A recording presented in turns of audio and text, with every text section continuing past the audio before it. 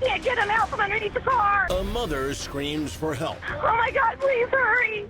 Her daughters are trapped under a car in their living room. Gas, the car's in our house.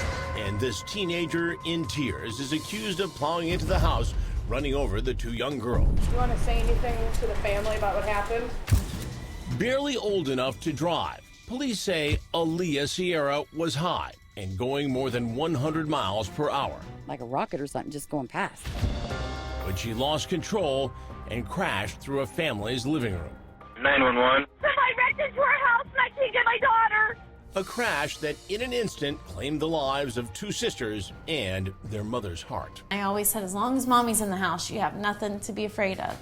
And I hated it because I couldn't do anything to help them. What began as a typical summer night at the Fullertons' home in Frankfort, Indiana, quickly turned to sheer terror and panic. We can't get him out from underneath the car. They're underneath the car? Gas, the car's in our house. Shortly after 9 o'clock, sisters Haleigh and Callie were watching TV in the living room when police say a Honda Accord came barreling into their home at 107 miles per hour. There was this loud, like, thunder noise, and then it was like an explosion. The impact so great, Bridget Fullerton's mother-in-law next door believed there had been an explosion. In our house, the explosion was in the house. There's an explosion? In the front wall, it exploded out. The Honda even knocked the home off its foundation as it careened through the family's living room, nearly exiting the other side. Oh my God, please hurry. Both Haleigh and Callie were pinned underneath the vehicle. Can you tell if either one of them are injured? We can't, they're not responding. The girls' brother Jacob and their grandfather desperately tried freeing the girls. My father-in-law's in the house. He's trying to get the car off the couch. But it was too late. The sisters were pronounced dead at the scene. Likely killed the instant police say 17-year-old Alia Sierra drove into their house.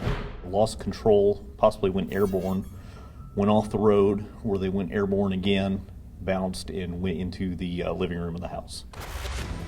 The marks in the grass show the car's deadly path. Alia unable to avoid the house, even though it sits some 100 yards from the road. By the time she went off the roadway, she was kind of locked into where she was going, so she probably didn't even have any chance to correct. Police say not only was she speeding, Alia tested positive for opiates. Reporter Alexis McAdams from our Indianapolis affiliate WXIN says, according to a police affidavit, There were other kids in the car at the time of the crash. Investigators did talk to them, some while they were still in the hospital.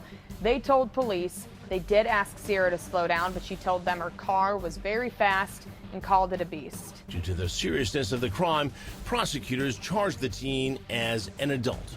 Your child is home, and then within a matter of seconds, they're gone. So, I mean, there's nothing that can bring that back for families.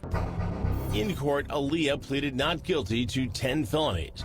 And even though the charges could send her to prison for decades, that's little consolation for the parents who lost their only two daughters. No matter what happens to her, if they let her go tomorrow or if they put her in prison for life, our lives are still destroyed. I mean, it's never going to be the same. Even if she does have to do time, her mom can still go see her. We can't see our children. We have to go to the cemetery. For now, Alia Sierra is out of jail and under house arrest. She's able to attend school and work part-time wearing a GPS monitor. Her lawyer is appealing the decision to have her tried as an adult. She'll be back in court next month. I'm Chris Hansen. If you like this story, make sure you tune in every day to Crime Watch Daily. You can find where the show airs in your city at crimewatchdaily.com.